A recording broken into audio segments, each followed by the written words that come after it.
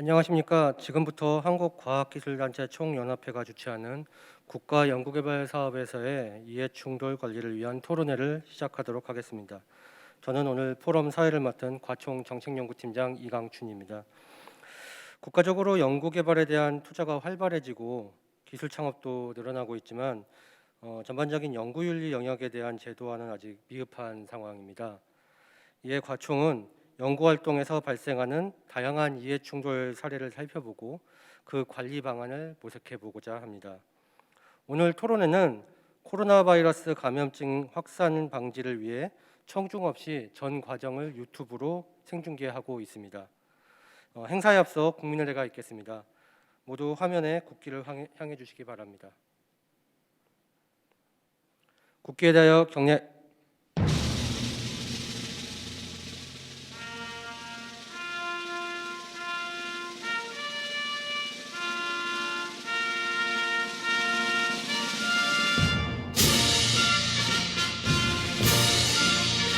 나는 자랑스러운 태극기 앞에 자유롭고 정의로운 대한민국의 무궁한 영광을 위하여 충성을 다할 것을 굳게 다짐합니다.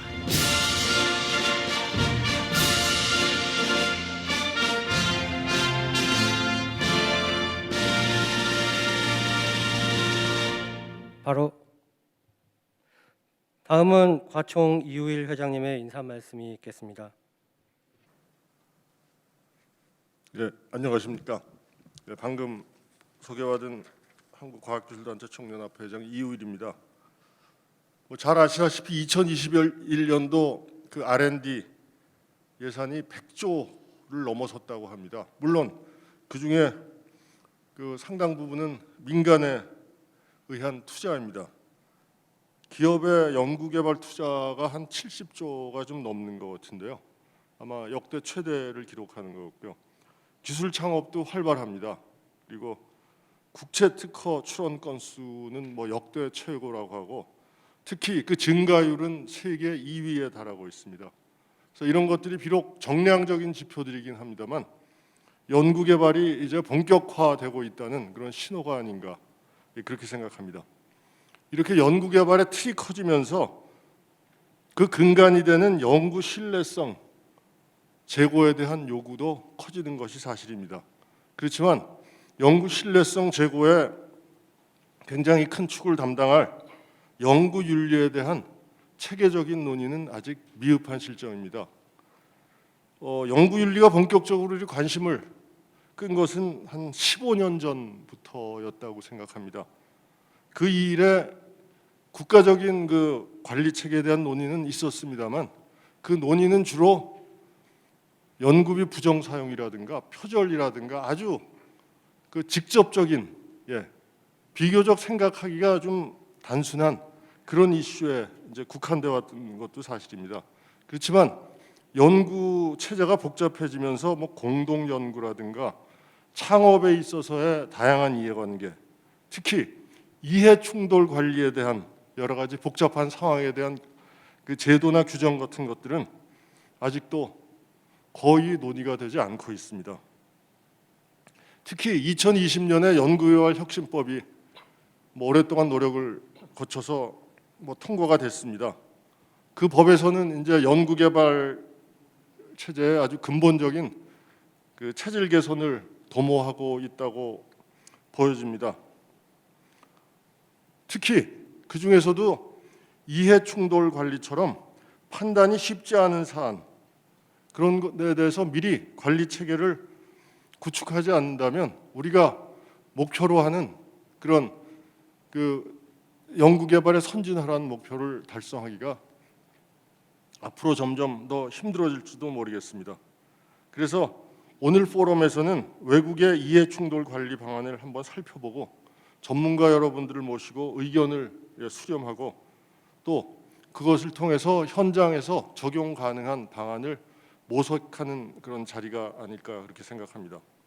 오늘 소중한 시간을 내서 발제를 해주시는 우리 노한진 교수님, 감사드립니다. 그리고 토론에 참여해주시는 송하준 교수님, 이희윤 교수님, 엄창석 교수님, 그리고 최지선 변호사님, 한선아 연구위원님 모두 감사드립니다. 아무쪼록 오늘 이 포럼을 통해서 합리적이고 앞으로 우리가 참고할 그럴 방안이 도출되었으면 하는 그런 바람입니다. 많은 시청 또 참여해 주시길 바라고요. 그리고 특히 요즘 코로나가 다시 유행을 하고 있습니다. 아무쪼록 각별히 건강에 유의하시기 바랍니다. 예, 감사합니다. 감사합니다. 오늘 토론회 일정을 안내드리겠습니다. 먼저 UST 노한진 교수님의 주제 발표 후에 과총 정책연구소 송화중 소장님을 좌장으로 한국연구재단 이희윤 기초연구본부장님, 대학연구윤리협의회 엄창섭 이사장님, 로엔사이언스 법률사무소 최지선 변호사님, 한국과학기술정보연구원의 한선화 연구위원님을 모시고 토론을 진행하도록 하겠습니다. 토론 중에 유튜브에 올라온 실시간 질문에 대해서는 답변을 드릴 예정이니 여러분들의 적극적인 참여 부탁드립니다. 먼저 대학 및 연구기관에서의 이해충돌 관리 방안을 주제로 UST 노한진 교수님의 발표를 청해 듣겠습니다.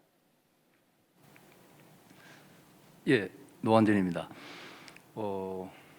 관중들이 여기서 한 10m 떨어졌으니까 마이크 이거 벗어도 괜찮지 않겠습니까? 이거 마스크 벗고 시작을 하겠습니다. 이해의 충돌 관리 방안인데요. 제가 이제 연구윤리를 쭉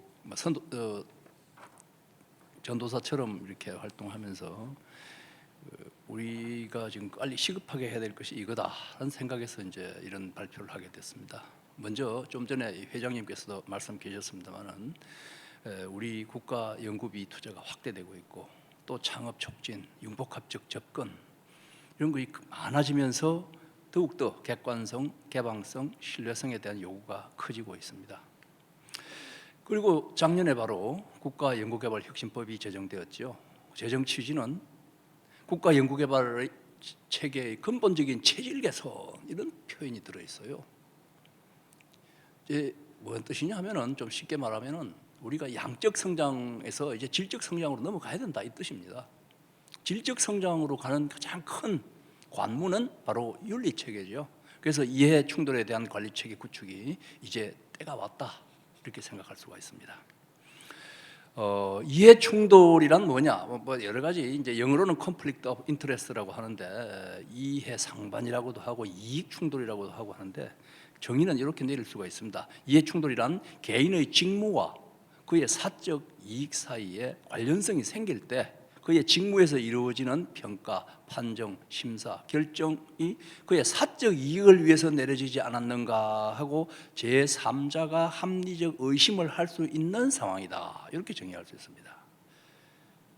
충돌. 그러니까 이해관계는 항상 생길 수가 있죠. 그러나 그것이 충돌이냐 아니냐 이 부분이 이제 중요한 부분인데 자기 스스로가 주장한다고 되는 것이 아니라 3자가 오해하지 않도록 상황을 만들어야 된다 이렇게 봐주셔야 됩니다. 이런 충돌은 교육의 엄격성, 연구의 무결성이라는 것은 결함이 없다 이 말이죠. 그리고 연구기관의 사회적 신뢰를 위태롭게 할 수가 있죠. 자, 이해의 충돌 종류에는 금전적 이해의 충돌, 직무의 충돌, 인적 충돌, 지적 충돌이 있습니다. 그런데 현장에서는 이런 충돌들이 복합적으로 일어나겠죠. 예를 들면 학생이 창업한 회사에 교수가 투자를 하고 나서 그 학생을 우대한다. 예를 들면 뭐 수업도 안 들어도 학점을 준다. 뭐 이런 상황. 또는 뭐 외부 기업에 컨설팅을 하는데 그 기업의 물품을 대학이 살 수 있도록 영향력을 행사한다. 뭐 이런 관계, 이런 것이 되겠죠. 자, 조금 자세하게 들어갑시다. 금전적 이해의 충돌은 한도가 있습니다. 어느 주식을 산다든지 어느 기업과 개인 간의 금전적 이해관계는 생길 수가 있죠. 그러나 한도 이상, 그 한도를 이제 어떤 크라이테리아를 어느 정도 주느냐. 우리나라 공직자에서는 1,000만 원, 일본에서도 100만 엔, 미국 같은 경우는 얼마 전까지 2011년까지는 1만 불 하다가 지금은 5천 불로 바뀌었습니다. 이런 정도의 이해관계가 특정 기관과 관계가 있을 때 그것을 상당한 금전적 이해관계다 이렇게 정의를 하고서 그것은 신고를 해라 이렇게 되어 있습니다. 밑에 일본의 경우를 쭉 예를 들었고요. 이제 이런 이해관계가 직무와 관련성이 생긴다면 그때는 이제 충돌이 일어나는 거겠죠. 그다음 직무의 충돌이 참 중요합니다. 우리는 이 부분을 간과하고 있는데 연구자는 이제 자유직이죠. 자유직이라는 표현, 변호사가 자유직이고 연구자도 창의적 활동을 하다 보니까 이제 자유를 많이 주고 있죠. 연구자 개인이 자신의 시간과 노력을 최우선적으로 헌신할 곳은 자기의 소속 기관이 되겠죠. 바로 대학이나 연구기관. 그런데 연구기관 소속 직무가 아닌 외부 활동에 참여하여 자신의 시간과 노력을 소비한다면 그럼 직무의 충돌이 일어난 것입니다. 특히 이제 교수의 경우는 사회 봉사 활동 같은 것도 교수의 직무 중에 하나로 들어 있습니다. 이걸 너무 많이 해버리면 본 소속 대학에 대한 직무에 소홀하게 되지요. 그러니까 뭐 어느 정도 기준이 필요하냐?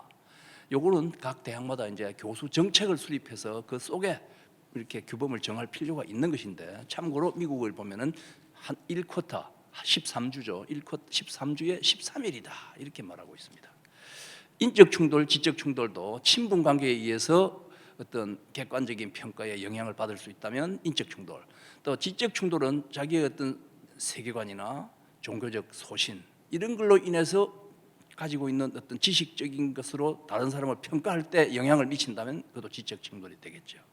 이런 것들을 이제 우리가 이해의 충돌이다 이렇게 말을 할 수 있는데, 충돌 관계를 어떻게 관리하느냐, 이게 이 행정적인 체계가 이제 포인트가 되겠습니다. 이 체계를 어떻게 잡느냐 하면은 이건 미국의 사례입니다. 그런데 뭐 일본도 이렇게 하고 있고요. 제일 먼저 맨 밑에 오른쪽에 있는 연구자를 보셔야 돼요. 연구자가 있고 그다음에 기관 내에는 COI Conflict of Interest, 이해의 충돌이죠. COI 관리실이 있고 COI 위원회가 있습니다. 그걸 우리는 아직은 없지요. 이걸 설치해야 되고요. 그러면 이제 각 연구자는 정기적으로 이해관계를 신고해야 됩니다. 이 신고 양식은 마치 공직자의 재산 등록과 매우 유사합니다. 그것보다 더 자세합니다. 그리고 특정한 경우에는 예를 들면 결혼을 했다든지 상속을 받았다든지 할 때는 별도 신고를 따로 해야 됩니다. 그렇게 평소에 그렇게 해놓고 이 연구자가 연구 과제를 한다든지 창업을 한다든지 어떤 행사를 한다든지 할 때 그 행사 계획을 승인받을 때 상급자가 결재를 하겠지요.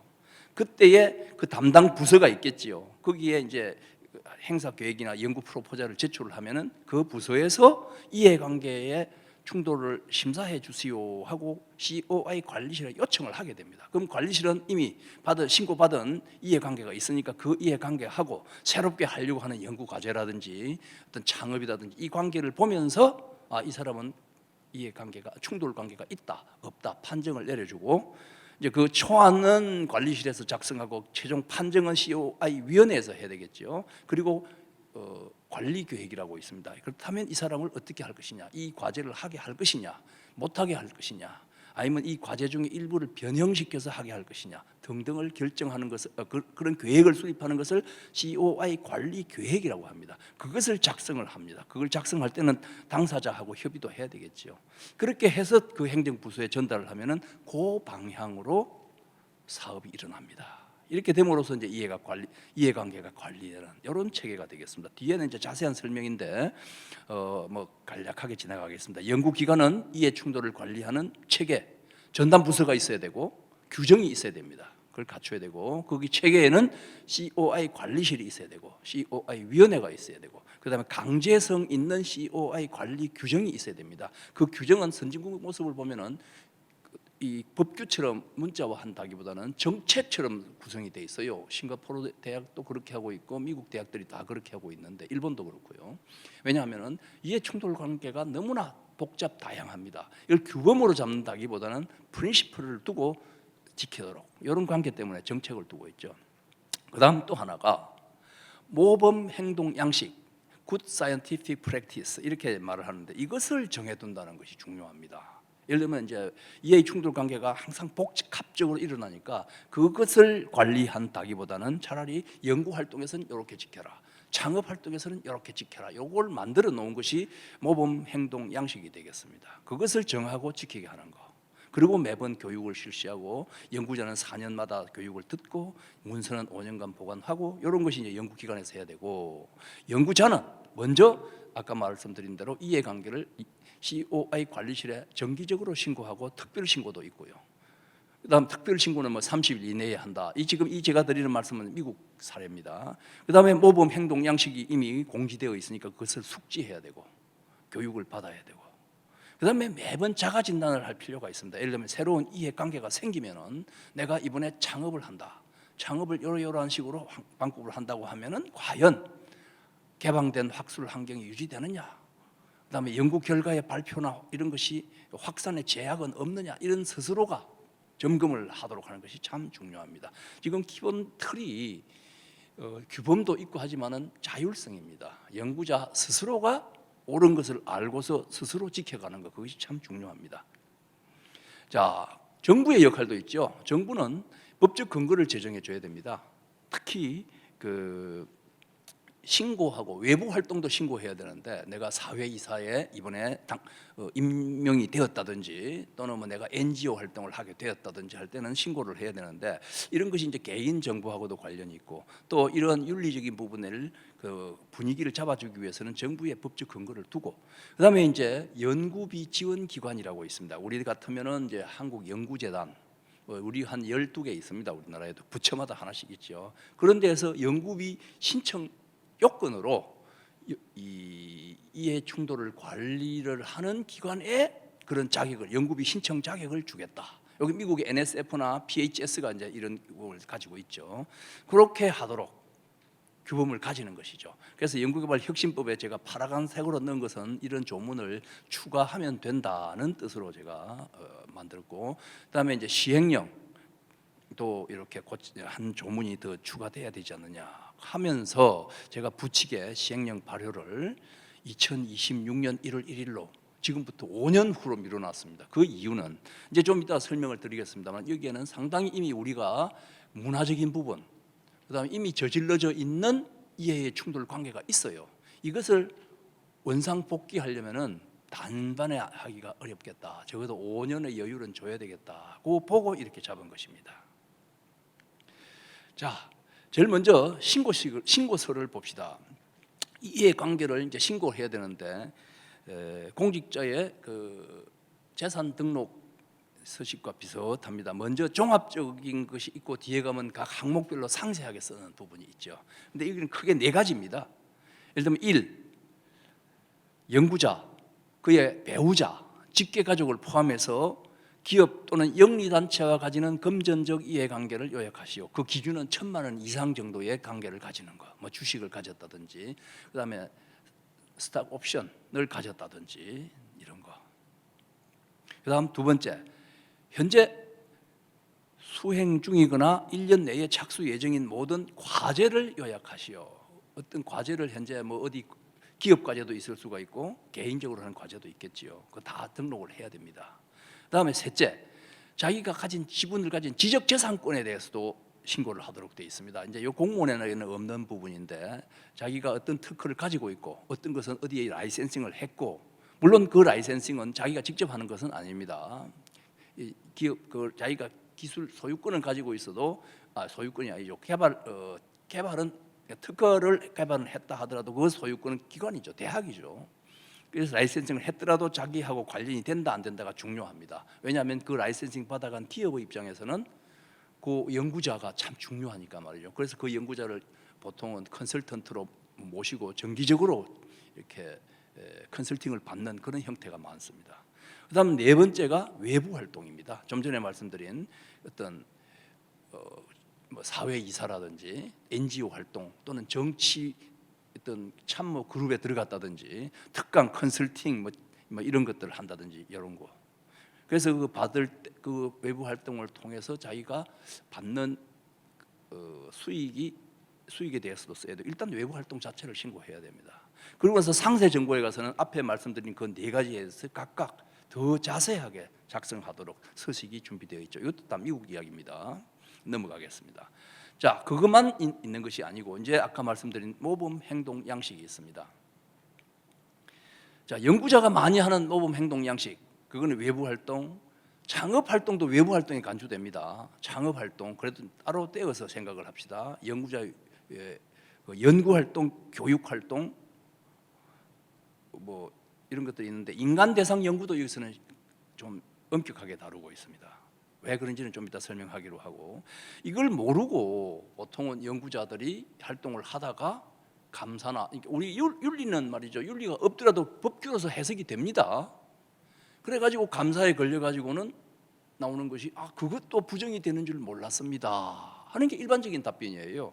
그래서 우리가 이런 체계를 안 잡아놓으니까 결국은 열심히 연구하는 과학자가 오히려 손해보는 그런 메커니즘이 되고 있죠. 이거를 고쳐야 됩니다. 그래서 요거 각각에 대해서 모범 행동 양식, 이것도 미국 사례입니다. 이걸 봅시다. 우리도 이걸 만들자 이거예요. 먼저 외부 활동을 할 때 기본 원칙은 뭐냐? 연구자는 소속 기관에 대한 전임으로서의 의무, 풀타임 오블리게이션이죠.를 충족시킨다는 조건 하에 외부 활동을 허용합니다. 그래서 연구자는 전임으로서 현직 또는 연구 연가 중에 외부 활동의 경영에 책임을 져서는 안 된다. 경영을 책임을 지는 지위를 맡아서도 안 된다. 그게 참 중요합니다. 창업하면서 나 사장인데, 그거 나중에 말씀드릴게요. 연구자는 외부 활동을 하려면 한 주일에 하루 정도 해라. 그다음에 연구자는 연구기관의 인력, 장비, 시설, 서비스를 부수적인 사용을 제외하고는 외부 활동에 써서는 안 된다. 그다음에 학생, 직원, 포닥 등 연구원과 연구자의 과업을 승인 없이 외부 활동에 유용해서는 안 된다. 이런 것들이 이제 기본 원칙이죠. 그래서 모범 행동 양식을 보면은 우리 연구기관에서 적절하게 수행할 수 있는 연구 과제나 교육 프로그램을 외부 기관에 두고 수행하는 것도 안 되고, 또 학생을 지도하면서 연구자의 외부 활동에 고용하거나 외부 활동과 관련된 과업을 요구해서도 안 되고, 연구기관의 명칭과 로고를 승인 없이 사용해서도 안 되고, 이런 거. 그 다음에 자세한 거는 넘어가겠습니다. 특히 외부 컨설팅에서는 계약을 하고 하는 컨설팅이 있어요. 그럴 때는 연구자의 그 계약으로서의 책임이 자기 소속 기관에게 돌아가지 않도록 명확하게 하라. 그 다음에 그 계약에 기관의 자원이나 학생, 직원이 포함되지 않도록 해라. 지적재산권에 대해서도 명확하게 해라. 이런 것들이 다 들어있고요. 특히 컨설팅을 하다가 새로운 아이디어가 나와서 특허가 나올 수가 있습니다. 그럼 이 특허가 누구 거냐? 그 기업하고 컨설팅 하다가 나왔으니까 기업 거냐? 아니면 자기 소속 기관 연구자 것이냐? 여기에 대한 논란이 많았기 때문에 나오는 것이 뭐냐 하면은 이미 연구기관에서 있는 자원이나 장비를 통상적인 사용 이상의 사용을 해서 나온 거라면 그건 연구기관의 소속이라는 것을 계약서에 명시해라. 이렇게 되어 있습니다. 자, 창업활동을 봅시다. 창업활동의 원칙은 뭐냐? 거기에 기술 판매까지 같이 봅시다. 이때는 산학협력단이 또 원칙이 중요합니다. 산학협력단은 모든 잠재적인 기술 구매자에게 공정하고 개방적인 접근을 보장하면서 연구기관의 기술을 판매해야 됩니다. 공정하고 개방. 산학협력단은 라이센스 계약은 주어진 기술에 가장 적합하도록 어떤 것은 전용 실시권, 어떤 것은 배타적 실시권을 실시해야 된다는 겁니다. 그거는 사람 보고 하는 게 아니라 기술 보고 해야 된다. 연구기관의 연구자, 직원은 잠재적인 기술 구매자를 대표할 수 없다. 그리고 산학협력단과 직접 협상할 수 없다. 이 부분 우리가 많이 지금 보고 있죠. 교수가 자기가 자기가 개발한 기술로 창업해놓고 그 후속 기술을 또 개발해서 그 자기 기업으로 가져가려고 또 자기 대학과 협상을 합니다. 그거 잘못된 거예요. 그 대학 소속의 교수는 그 대학과 협상의 당사자가 될 수 없다 이겁니다. 그다음 연구기관의 기술 판매가 내부 연구자 또는 내부 창업자에게 특혜를 준다는 것으로 인식되어서는 안 된다. 요런 어떻게 그럼 하란 말이냐 뒤에 나옵니다. 그래서 모범 행동 양식을 보면 예를 들면 이거죠. 기술을 개발한 연구자가 그 기술의 우선 판매자로 처음부터 결정하면 안 됩니다. 우리 그런 사례가 많죠. 자기가 개발을 했고 그 기술을 자기가 창업한 기업으로 가져가는 거. 처음부터 바로 결정하면 안 되고 산학협력단은 철저한 마케팅 후 내부 연구자의 창업회사가 적절한 구매자라고 판단이 되면 자신의 마케팅 조사한 결과를 문서화하고 라이센싱의 결정 근거를 확장하게 보고해야 된다. 이렇게 돼 있어요.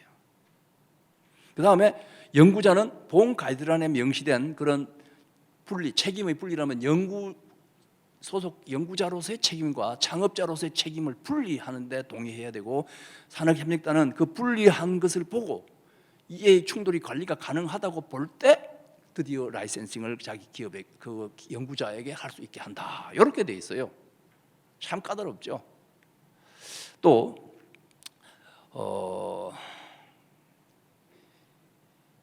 이 부분도 좀 중요한데 뭐 이렇게 보십시다.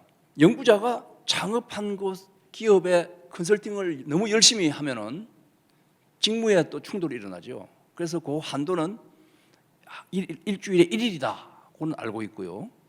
만약에 그 기업의 사장을 꼭 해야 된다고 한다면은 휴직을 하라. 이렇게 돼 있어요. 휴직. 우리도 창업 휴직 제도가 있습니다. 대학마다.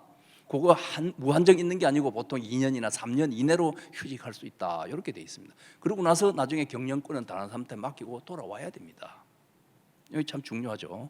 그다음에 연구자가 해서는 안 될 일, 아까 말씀드린 대로 회사를 대표해서 연구기관과 협상하는 일, 이거 하면 안 되고요.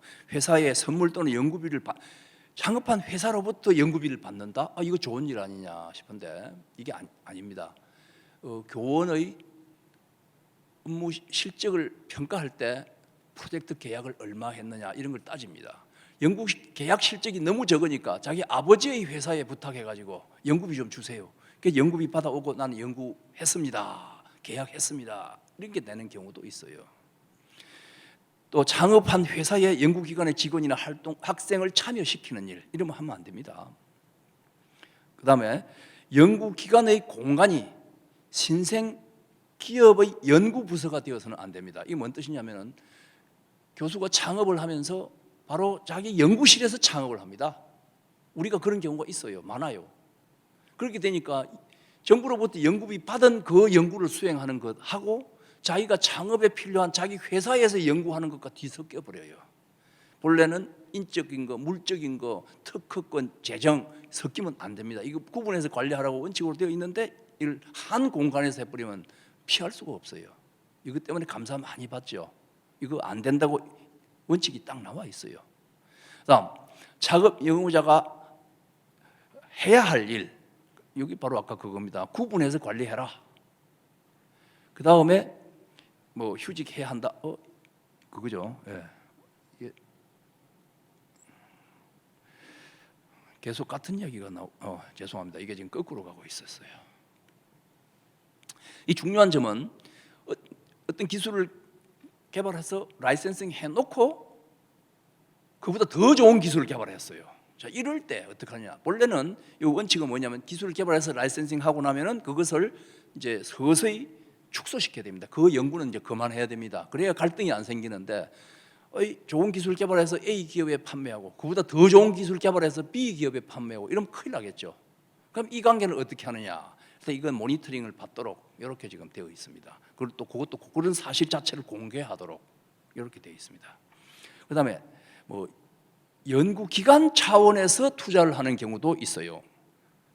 먼저 요거는 이제 두 가지를 보셔야 됩니다. 하나는 미국 대학의 같은 경우 대학이 기금을 많이 가지고 있어요. 그럼 그 기금을 은행에 넣어놓고 있는 게 아니라 투자를 해서 기금을 늘립니다. 증식을 시키는데 그러면 대학이 투자를 한다고 할 때 누구한테 투자하느냐? 대학의 기술을 라이센싱 해간 그 기업에 투자를 한다? 그 못하도록 돼 있어요. 왜? 라이센싱 해간 그 기업에게 특혜를 주는 것처럼 보이죠. 제3자가 바라보면은 그 기술을 가지고 하는 거니까 그런 것을 못하도록 딱 잘라놔서 어떻게 되느냐? 대학 관리 회사라는 것을 두고 그 회사가 대학의 경영과는 상관없이 재산을 증식해라 이렇게 돼 있어요. 그리고 라이센싱 했다 안 했다 그런 것을 투자를 못하도록 하기 위해 라이센싱 했다는 기업의 리스트를 넘겨줍니다. 이 기업들의 주식은 사지 마라. 그래서 대학 관리 회사는 거기에 있는 전문 투자자가 대학하고는 상관없이 재산을 증식하는 것이지 대학의 라이센싱하고는 전혀 상관없도록 그렇게 돼 있어요. 연구자 연구 활동에서는 이건 좀 어려운 이야기입니다. 연구 지원 과제, 연구 용역 과제.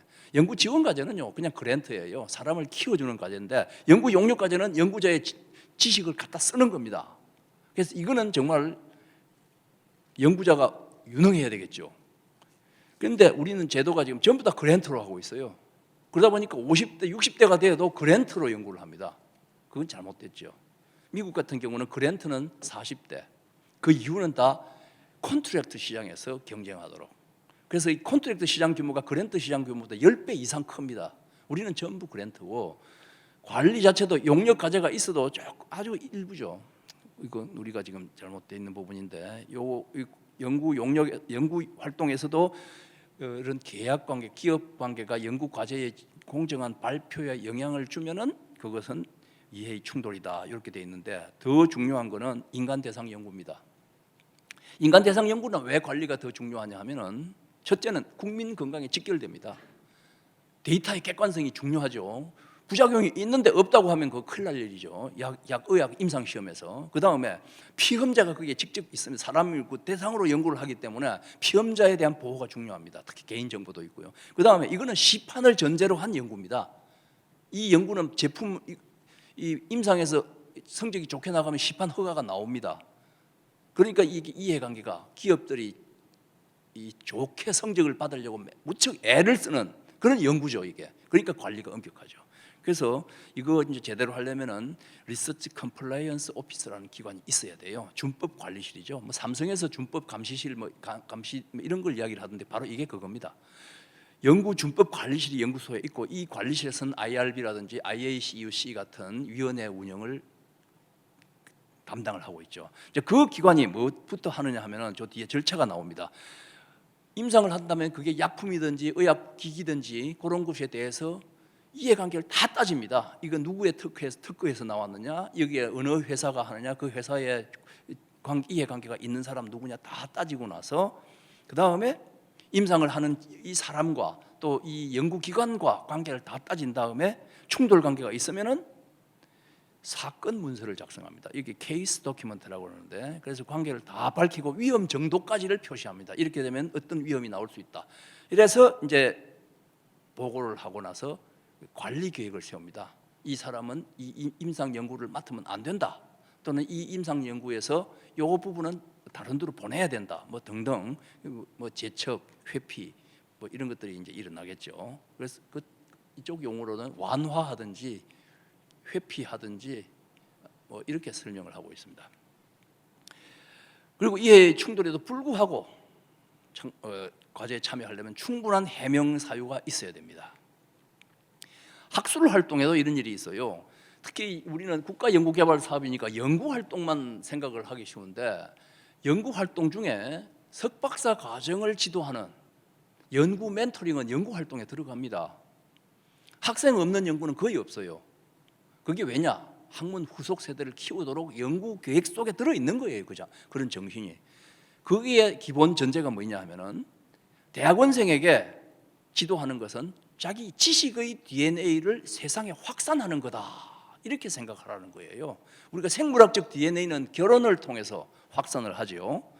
지식의 DNA는 제자를 키워서 확산하는 겁니다. 그래서 대학원생을 연구 활동에서 키울 때 내 제자다 하고 키워야 되는 것이지 내 부하다 하고 일시키기 위해서 키운다 이런 개념이 아닙니다. 이걸 또 명확하게 해야 돼요. 그리고 여러 가지 이제 교육 훈련 여러 가지를 할 때 학생의 학업적 이익을 최우선으로 해라. 학생의 지도 권한을 오용 남용해서는 안 된다. 뭐 램 미팅에서는 이러이러한 일을 하고 주기적인 멘토링 미팅에서는 저러저러한 일을 해라 하는 게 다 나와 있습니다. 우리도 그렇게 하자 이거예요. 다음. 그래서 모범 행동 양식 조금 시간이 없으니까 좀 빨리빨리 가겠습니다. 우수한 학생이 다른 학과로 진학한다든지 다른 대학으로 진학하는 거 이거 미워하지 마라. 그 학생의 이익인데 단 학생이 모르고 있는 미래에 대한 상황이 있다면 그건 설명해 줘라. 그러나 그러한 설명해 주는 연구자 너의 이익을 위해서 해서는 안 된다. 이 뜻이에요. 이게 바로 우리 대학에서도 많이 벌어집니다. 이 똑똑한 놈이 내 학과로 진학을 해줘야 되는데 다른 학과로 간다고? 미워해요. 그러면 안 된다 이거예요. 그다음에 뭐 발표 내용, 기부금 이런 거에 대한 원칙도 다 있고요. 또 학생이 창업을 하는데 거기에 교수가 투자를 하는 경우도 있습니다. 이럴 때 지켜야 될 원칙. 거기에서 교수는 무척 조심해야 되는데 거기에 적용되는 하나의 큰 원칙은 불평등한 권력 관계다. 이렇게 보고 있습니다.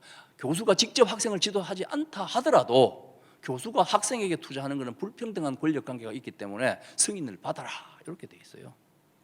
그 다음에 연구기관 내에도 뭐 원장도 있고 부원장도 있고 학장도 있고 뭐 이런 분들은 어떻게 관리하느냐? 그 상급자가 다 관리하도록 되어 있습니다.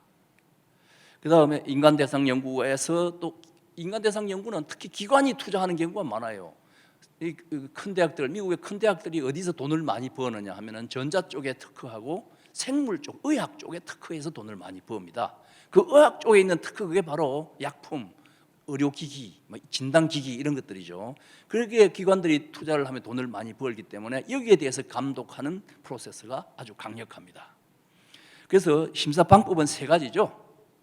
자기 진단, 아까 말씀드렸고, 연구기관에서는 상급자가, 주로 상급자가 보는 것이 인적 충돌, 지적 충돌, 직무적 충돌 이런 건 상급자가 봐주고, 재정적 충돌 이거는 주로 COI 관리실에서 검토를 합니다. 왜냐하면 이 사람들이 신고서를 다 냈기 때문에 이렇게 하고 모범 행동 양식을 제시하고 이제 이런 식으로 관리가 되고 있기 때문에 우리도 이제 이런 걸 할 때가 되지 않았느냐. 연구자의 기본 자세 건너뛰고요, 자기 진단 방법 건너뛰고요, 이것도 자기 진단 방법이고, 그다음에 관리실에서는 이렇게 검토를 하고 이해 충돌 관리 계획을 작성한다 하는 거 그것도 봐주시고, 이해 충돌 관리 계획이란 여러 공개를 하거나 수정을 하거나 배제하거나 단절하거나 금지시키거나 완화 재척하거나 이런 것들이다 하는 것이죠.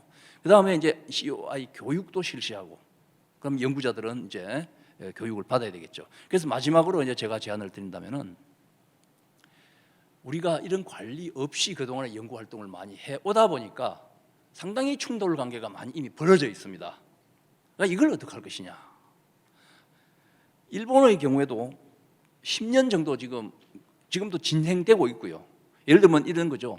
교수가 출근에 대한 제약을 받지 않으니까 수업에 지장이 없는 한 마음껏 외부 활동을 합니다. 뭐 NGO 활동, 정치 활동, 창업 활동. 또 정부가 창업 활동을 촉진하고 있으니 교수이면서 동시에 스타트업 사장인 경우, 명함이 이쪽 한쪽 면은 교수 명함이고 뒤쪽 면은 사장님 명함인 그런 경우, 이게 잘못된 거예요. 연구실 내에 정부의 연구 과제가 수행되는 바로 그 장소가 연구실 창업 공간이 되어가지고 인적 물적인 재원이 혼용되고 있는 거, 이것도 이미 많아요. 다음에 정부의 위원회의 위원으로 또는 연구재단의 PM으로 위촉되고 나서는 자신의 동료, 학생, 지인, 소속 연구기관의 이익을 위해서 발언하는 경우, 이것도 많이 있죠. 우리는 원정주의 이래가지고 이런 걸 해달라고 그쪽에 막 사람을 보내려고 애를 쓰죠. 그거 잘못된 거예요. 그 자리에 가면은 국가의 이익을 위해서 일을 해야 되는 자리입니다. 장학금 심사, 연구 제안서 심사, 연구 결과물 평가, 인사평가 이런 데서 자신의 지도 학생, 동료, 지인, 가족이 대상이 되는 경우, 이런 경우는 스스로 회피해야지요. 그런데 우리는 이제 이런 분들이 이제 아직도 정리가 안 된 상태로 가고 있고, 이제 글로벌 스탠다드는 피할 수가 없잖아요. 연구가 이제 거의 다 글로벌 스탠다드로 가고 있습니다. 그래서 이제 우리나라는 질적 성장으로 전환하기로 가는 분기점에 와 있다고 봅니다. 사회 전반에 걸쳐서 윤리 문제가 가장 큰 이슈가 되고 있으면 우리가 다 알고 있습니다. 한국과학기술단체 총연합회에서 토론의 장을 만들어주고 연구자들이 능동적으로 모여서 연구윤리의 틀을 만들어 봅시다. 단번에 완성되겠다는 기대는 하지 않습니다. 몇 년의 시간을 두고 서서히 글로벌 스탠다드의 윤리 규범을 만들어 봅시다. 이상입니다. 예, 교수님 감사합니다. 그럼 이제부터 오늘 토론의 좌장이신 송화중 소장님께서 진행을 해주시도록 하겠습니다. 부탁드립니다, 소장님. 예, 여러분, 노한준 교수님 고맙습니다. 우리 이우일 회장님께서 처음 인사 말씀하시면서도 말씀하셨고, 우리 노한준 교수께서 발제하신 내용을 여러분 들으시면서 느끼셨겠지만은, 지금 이 주제는 이 한국이 과학기술, 특히 과학기술 연구 개발에서 이제는 어린애 단계를 확실히 벗어났고 어른으로서의 위치에 올라갈 때 어떻게 할 것이냐에 대한 얘기인 셈입니다. 여러 가지가 필요하겠지만은 특히 그 연구의 당사자들, 연구를 실제로 수행하는 연구자들의 윤리에 대한 얘기입니다. 우리 노한진 교수께서는 정부에서 일을 하셨고 또 배경은 이 엔지니어링이지만 불란서에 가서 에콜 폴리텍에서 공부를 하시면서 이 선진 연구 개발 체제를 익히고 오셨고, 그리고 우리 선진국들이 하는 것에 대한 것을 지난 수십 년 동안 스터디를 하신 겁니다. 그래서 절박한 마음으로 이런 말씀을 지금 발제를 한 걸로 알고 있습니다.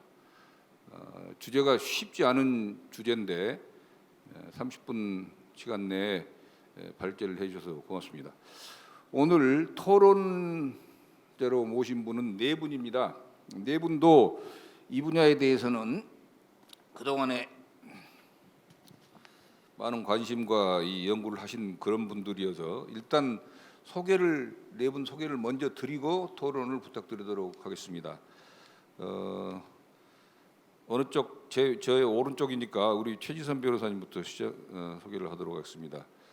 로앤사이언스 법률사무소의 대표 변호사인 최지선 변호사님이었습니다.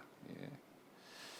그 다음은 한국연구재단의 기초연구본부장으로 계시는데 본직은 카이스트 화학과 교수님이신 이희윤 교수님 모셨습니다. 예. 그리고 고려대 의과대학 교수님이신데 대학연구윤리협의회의 이사장으로 계시는 엄창석 교수님 모셨습니다. 그리고 한국과학기술정보연구원 원장을 지내시고 최근까지 한국과학기술연구회 본부장으로 계셨던 한선아 원장님도 오셨습니다. 예, 네 분에게 제가 미리 부탁드리기를 한 분당 한 7, 8분 정도씩 먼저 토론을 하시고 따로 질문을 보내오신 분들의 질문과 두 번째 라운드의 코멘트는 다시 한번 하자라고 이렇게 제가 부탁을 드렸습니다. 순서는 이희윤 교수님, 그리고 엄창석 교수님, 최지선 변호사님, 한선아 원장님 이렇게 하도록 하겠습니다. 먼저 이희윤 교수님께 부탁을 드립니다. 네, 감사합니다.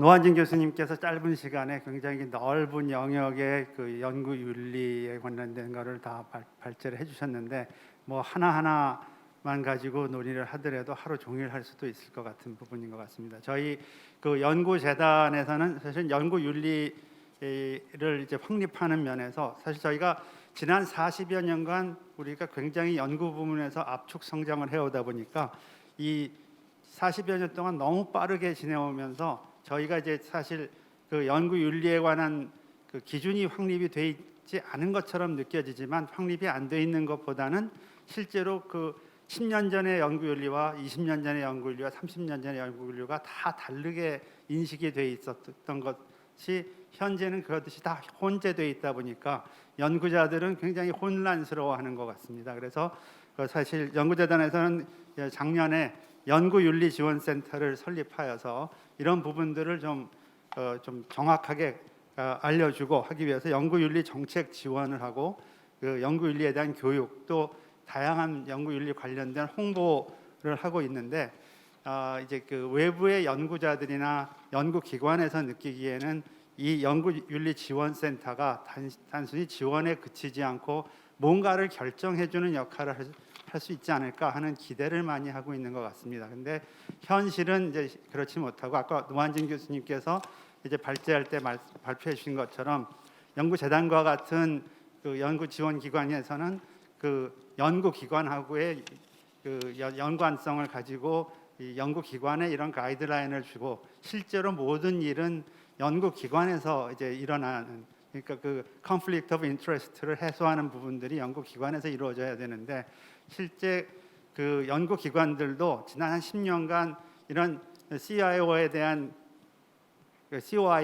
그 룰이나 그 조직은 어느 정도는 돼 있는 것 같은데 실제로 그것이 작동을 하느냐 하는 것은 좀 다른 문제인 것 같습니다. 뭐 예를 들면 그 연구기관에서 그 연구자가 이런 연구 활동을 할 때 어떤 것들을 하지 말아야 되고 어떤 형태로 해야 된다는 가이드라인이 다 나와 있는데도 불구하고 그런 것에 대한 교육이 제대로 되어 있느냐 하는 것은 굉장히 의심스러운 부분이고, 그러다 보니까 실제로 연구자가 연구 활동에서 실수를 하거나 잘못을 저질렀을 때 연구기관에서도 그것에 대한 제재를 가하는 방법들에서 굉장히 곤혹스러워하고 그 어정쩡한 이제 스탠스를 취하는 것 같습니다.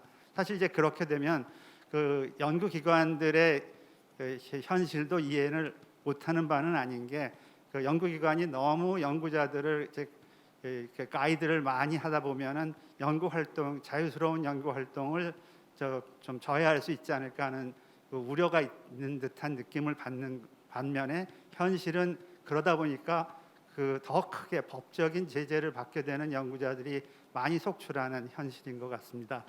그래서 이런 부분들이 결국은 제가 볼 때는 그 연구재단에서 가지고 있는 연구윤리지원센터를 통해서 각 그 연구기관들이 좀 더 각 연구기관의 책무성이 좀 더 높아져야 된다고 생각을 합니다. 그래야 그 연구자들이 연구 활동을 좀 더 자유롭게, 그리고 연구윤리에 맞게 할 수 있는 것이지, 그러지 않고 모든 것이 마치 그 연구자가 잘못하면 연구기관은 연구재단에 보고를 하고 연구재단은 뭐 제재를 가해라 하는 그런 무슨 가이드를 주는 그런 형태가 되는 것은 좀 잘못되어 있는 형태인 것 같고요. 그 이제 사실 아까 노한진 교수님도 말씀하셨지만 연구윤리는 자발적인 그 기본 프린시플을 가지고 운영이 돼야지, 이게 마치 그 규범을 가지고 법의 테두리 안에 들어가게 되면 계속 그 연구자들을 옥죄는 형태만 되지, 이것이 연구자들을 좋은 길로 가이드를 하는 것은 아니라고 생각을 합니다. 그 뭐 또 제가 연구재단에도 있지만 카이스트 교수로서 또 한쪽 틀을 또 한 번 더 말씀드리면은, 현재 이제 창업 활동에 관한 부분들은 아까 노한진 교수님께서 미국의 사례를 쭉 말씀해 주셨지만, 우리나라는 상당히 법적으로 그 반대로 가는 부분들이 있는 것 같습니다. 뭐 예를 들어서 그 교수가 창업을 하게 되면 창업 겸직이 가능하게 돼 있고요. 그게 법에 보장이 돼 있고요. 뭐 4년까지도 가능하게, 그리고 그 실험실 창업은 프로모트가 돼 있어서 뭐 교육부 사업이나 과기부 사업의 아이코아 사업 등 이런 것들은 실험실 창업을 굉장히 도와주는, 연구비도 주는데, 그 실험실 창업의 의미가 사실은 실험실에서 나온 결과를 가지고 창업을 프로모트하라고 한 거였는데, 현장에서는 마치 그것이 실험실 내에서 창업을 하라는, 다시 말해서 그 학교 내에다가 회사를 차려도 된다는 것으로 인식이 되다 보니까 당연히 이제 그 conflict of interest에서 벗어날 수가 없는 현상을 이제 가지고 있는데요. 이런 것들은 저희가 이제 미국이 지금 시행하는 것처럼 확실하게 창업과 연구 활동을 분리를 하지 못하는 상황에서 정부가 이제 좀 더 나서서 그 기준을 확실하게 해주는 역할이 필요하다고 생각을 합니다. 그래서 결국은 그 아까 노한진 교수님 말씀하셨던 것처럼 이해충돌 관리 체계의 구축에 있어서 그 정부가 좀 더 신경을 쓰고 그 역할이 있어야 되는데, 그 어떤 면에서는 이게 연구 윤리의 문제다 보니까 현재 이제 오늘 그 자리를 마련해 주신 과총의 역할이 굉장히 중요하지 않을까 하는 생각을 한번 제안을 해봅니다. 과총을 중심으로 해서 많은 연구 단체들이나 연구 기관들이 이런 연구 윤리에 관한 논의를 좀 더 하고 자발적으로 우리 자정 능력을 만들어 간다 그러면 그 정부나 국민들의 이해도가 훨씬 높아지지 않을까 생각합니다. 일단 이상 말씀드리겠습니다. 예, 이 교수님 고맙습니다. 미리 노 교수님, 그 이 질문 아무래도 이따가 한번 좀 말씀하셔야 될 것 같아서 말씀을 드리는데, 지금 이 교수님이 지적하신 그런 부분, 우리 경우 창업 같은 경우 여기에 이제 이미 관행으로 굳어져 있는 것들이 있는데, 우리 아까 노 교수님이 발제하신 내용에는 미국이라든지 다른 나라에서 하는 경우는 이거하고 많이 차이가 있다. 이걸 어떻게 해결해야 될 것인지 하는 것을 이 교수님도 지적하셨지만은 지금 다른 분들이 이미 사전 질문으로 해오신데 그런 내용이 있어요. 그러니까 이 부분 이따가 한번 어드레스를 하시도록 그렇게 하시면 고맙겠습니다. 예, 이 교수님 고맙습니다. 다음번은 우리 엄 교수님 부탁합니다. 예. 노한진 교수님이 굉장히 그 넓은 범위의 이야기를 좀 더 아주 짧은 시간에 잘 요약을 해주셔서 뭐 더할 내용이 없는 것 같고, 또 우리 이 교수님 토론하시면서 벌써 중요한 포인트는 다 짚었기 때문에 뭐 그렇게 별 다른 얘기가 나올 수 있는 상황은 아닌 것 같은데, 이런 게 왜 문제가 되는가는 근본적인 그 배경은 한번 짚고 넘어가야 되지 않나 하는 생각이 듭니다. 이 이해상충을 연구계에서 이렇게 이야기를 먼저 꺼낸다고 하는 것 사실 자체가 잘못됐다고 저는 생각을 하는데요. 이해상충은 실제적으로는 사회의 그 경제 활동이나 정치 시스템 속에서 훨씬 더 뿌리 깊게 내려져 있고 많은 문제가 있는 부분인데, 그것을 굳이 이제 연구계에서 일어나는 것을 국한시켜서 논의를 하면 답은 안 나올 것이다. 저는 그렇게 생각을 합니다. 이 이해상충에 관한 이야기들이 거론이 된 거는 굉장히 오래됐고, 저희 학교만 하더라도 2007년도에 만들어진 그 연구윤리 규정이 이해상충 내용이 이미 들어가 있고, 서울대학교의 연구윤리 규정에도 들어가 있고, 또 그 연구윤리 준수 확약서 같은 것도 받고는 있는데, 문제는 그것을 관리 감독할 수 있는 시스템이 전혀 없는 것이고, 그런 것은 그 연구기관이나 또는 연구를 관리하는 그런 부서에서 어떤 의지가 없다라고 하는 것 외에는 해석할 방법이 없다는 것이죠. 근데 왜 그렇게 됐는가라고 할 때 보면은 이 학교에 있어서 실제적으로 굉장히 그 이해관계가 많은 일들을 요즘 벌이고 있습니다. 아까 다 나온 얘기지만은 교수 창업이라든지 또는 여러 가지 지주 회사라든지 거기에서 발생하는 이익들이 실제적으로 10년 이상 등록금 동결되어 있는 그 대학의 입장에서 볼 적에는 버릴 수 없는 수입원이거든요. 근데 그런 관계가 유지되는 한은 이해상충에서, 특히 기관 이해상충에서 벗어날 방법이 없다라는 것이죠. 과기정통부에서 지난 3, 4년 동안 여러 가지 연구윤리 범죄에 관한 토론이 있었고, 거기에 이해상충도 상당히 심도 있게 논의가 됐던 것으로 알고 있습니다. 그래서 이 혁신법에도 좀 더 깊은 내용까지 다루려고 시안이 나왔었는데, 결국 단 한 줄로 이해상충에 대한 그 관리를 해야 된다라는 내용밖에는 들어가지 못한 이유가 사회적으로 거기에 대한 저항이 생각보다 강하지 않았나라는 생각이 듭니다. 그것은 굳이 연구계뿐만 아니라 사회 일반적인 기본 개념이 아직까지 이해상충을 겉으로 드러내놓고 논의하는 것을 꺼리는 그런 분위기가 바탕이 되었다고 저는 생각을 하고요. 그런 면에서 이 문제를 가지고 노환진 교수님이 시행령을 고치는데 2026년으로 앞으로 한 5년 정도 뒤로 잡아놓은 걸 보면은 그 기간도 사실은 좀 짧지 않나라는 사실은 생각이 듭니다. 왜냐하면 그 제일 마지막에 말씀하셨던 이미 뿌리 깊게 내려져 있는 이해상충 관계, 그 관계를 지금 현재 벌어지고 있는 이해상충 관계를 어떻게 해결을 할 것인가, 그게 해결이 되지 않은 상태에서 앞으로 발생할 가능성이 있는 이해상충에 대한 대책을 만들고 한다는 것은 거의 의미가 없거든요. 그러면 거기에 기존에 이미 관습적으로 또는 관례적으로 묵인되어 오던 것을 어느 범위까지 정리를 하고 그것을 원점으로 되돌릴 것인가 하는 것이 굉장히 중요하고, 그런 부분에 대해서 이것은 국가 그리고 각 연구기관, 연구비 관리기관 그리고 연구자 스스로가 모두 힘을 합쳐서 정말로 심도 있게 논의하지 않으면 답이 안 나올 거라고 생각합니다. 미국이나 일본이나 이런 쪽에서도 상당히 이렇게 좋은 제도들을 지금 도입을 하고 있는 이유는 사건들이 터졌기 때문이죠. 근데 우리나라에서 다행인지 불행인지 아직까지 그런 큰 사건이 터지지 않았기 때문에 그 필요성을 피부로 느끼지 못한다는 것도 한 가지 지적을 해야 될 점인 것 같고요. 가장 최근에 그 인적 충돌에 관한 사건이 아마 다들 아시겠지만은 그 미성년 공저자 논문 문제 가지고 인적 충돌에 관한 사건이 터졌지만, 이게 이제 금전적인 그런 문제에 가서는 아직까지도 뭐라 그럴까요? 큰 폭탄이 터지지 않아서 그걸 바란다는 이야기는 아니지만 그만큼 사회 관심이 적지 않나 이런 생각을 좀 해봅니다. 이거 다 다른 내용들 다 좋은데요.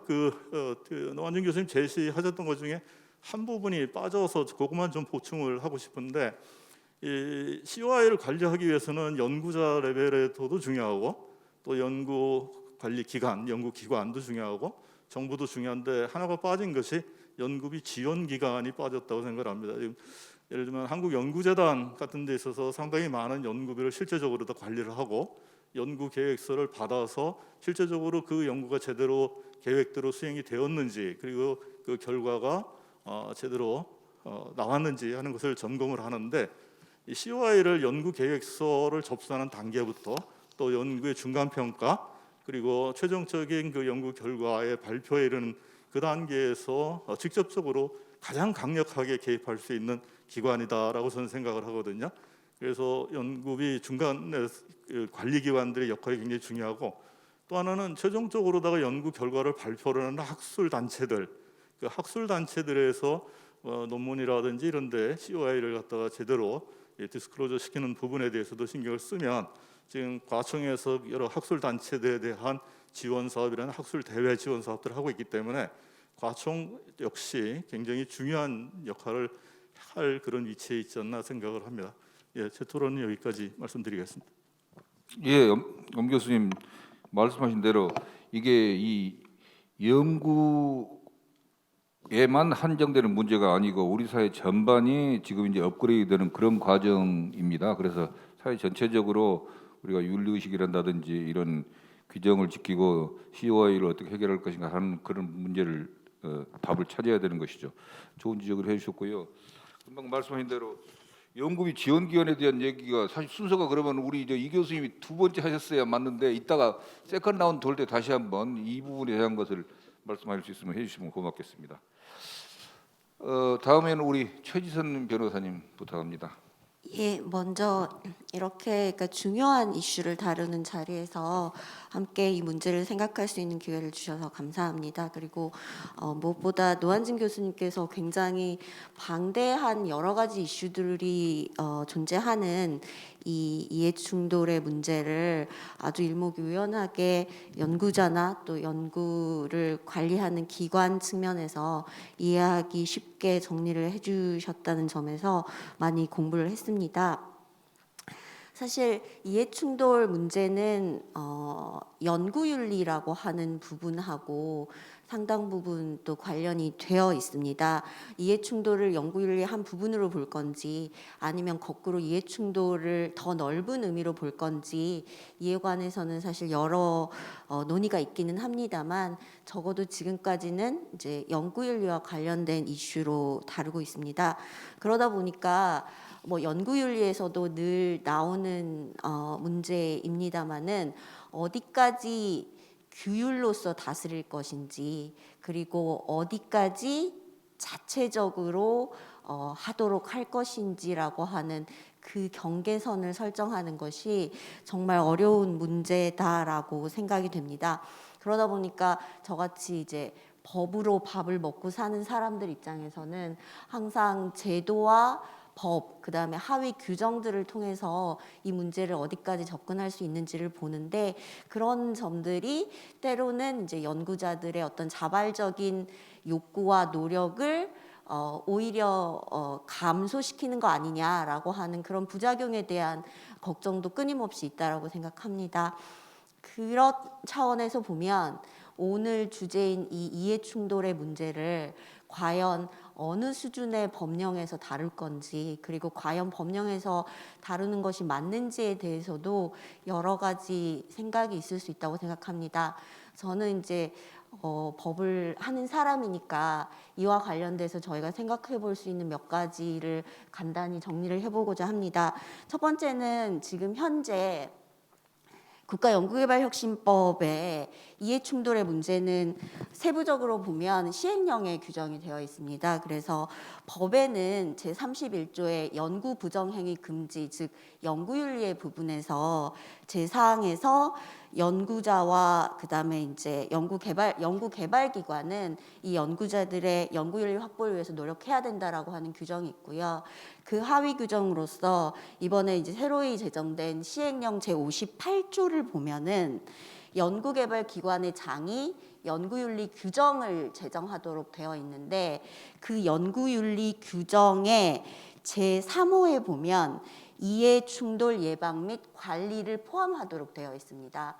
그래서 지금 현재 국가연구개발혁신법 시행령 제58조에 따라서 지금도 여러 토론자님께서 말씀 주신 대로 상당 부분 각 그 연구개발기관 안에서 이해충돌에 관한 내부 규정들이 선언적으로나마 존재하지만 향후에는 이 국가연구개발혁신법 시행령에 따라서 연구윤리 규정에 적어도 필수적으로 이해충돌 예방 및 관리에 관한 규정들을 아마 보다 보강해서 포함을 할 것으로 생각이 됩니다. 근데 이제 연구윤리 규정이라는 게 그야말로 각 기관의 이제 규정에 해당이 되는 건데, 사실 저희가 그럼 이해충돌을 이렇게 각 기관 차원의 내부 규정의 문제로 볼 거냐, 아니면 좀 더 상위 수준에서 보다 엄격하게 규정할 거냐와 관련해서 저희가 생각해 볼 수 있는 관련 법령이 공직자윤리법이 있습니다. 그래서 공직자윤리법 제2조의 2를 보면은 아주 상세하게 이해충돌에 대해서 어떻게 조치해야 하는지에 대해서 나와 있는데, 예를 들면은 국가와 지방자치단체의 의무, 그다음에 공직자 스스로가 갖춰야 될 의무, 그다음에 퇴직 공직자가 스스로 갖춰야 할 의무, 그다음에 사적 이익을 취하지 않는 것뿐만 아니라 사적으로 그 본인이 공직을 수행하는 과정에서 취득한 정보를 활용하지 않을 의무까지 규정을 하고 있습니다. 그리고 공직자윤리법 제14조의 11에 보면은 이해충돌 직무에 대한 관여 금지라고 하는 조문이 별도로 있습니다. 그래서 잘 아시다시피 일정 요건에 해당하는 공직자의 경우에는 일정 직위에 올라갔을 때 본인이 보유하고 있던 주식을 백지신탁해야 하고, 해당 주식과 관련돼서 기업의 경영에 참여하지 않아야 하는 구체적인 일종의 관리 내용까지도 포함이 되어 있습니다. 그리고 해당 공직자윤리법 시행령을 보면은 이해충돌 가능한 직무에 대해서는 공직자 스스로 회피해야 한다라고 하는 조문까지 되어 있고, 이때 직무 관련성을 어떻게 판단할지에 대해서도 별도 조문이 있습니다.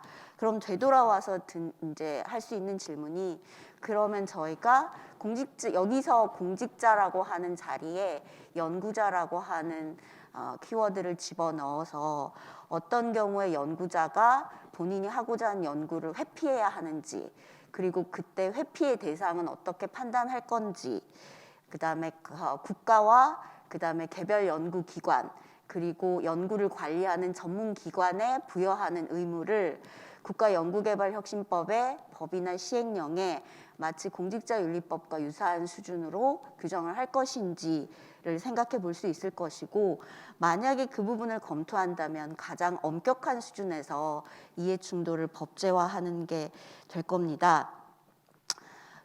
그 부분에 대해서는 저도 사실 정책연구이긴 하지만 연구자 출신이기 때문에 과하지 않나라는 생각을 하고 있고요. 만약에 그렇다면 아까 이제 노한진 교수님께서 말씀 주신 것들 중에서 신고서를 제출하는 그러니까 내가 어떤 상태고 지금 이해충돌이 일어날 수 있는 이슈들과 관련돼서 어떠한 어떤 재정적인 부분이나 또는 기타 가족적인 부분들을 가지고 있는지를 신고하는 것들을 자발적으로 하는 것을 생각을 해볼 수 있는데, 이때 드는 생각은, 그렇게 했을 때 그럼에도 불구하고 연구자가 나는 이 연구를 수행함에 있어서 스스로 이해충돌을 잘 관리할 수 있다라고 판단을 한다면 그 부분에 대해서 누가 강제적으로 참여하지 못하도록 할 것인지, 그다음에 본인이 회피하지 않는 경우에 적정한 수준의 금지나 기타 관리 체계를 어떻게 만들 건지라고 하는 부분에 대해서는 사실은 퀘스천 마크가 좀 존재를 한다고 생각을 합니다. 그래서 아까 이제 유관 법령에서 봤듯이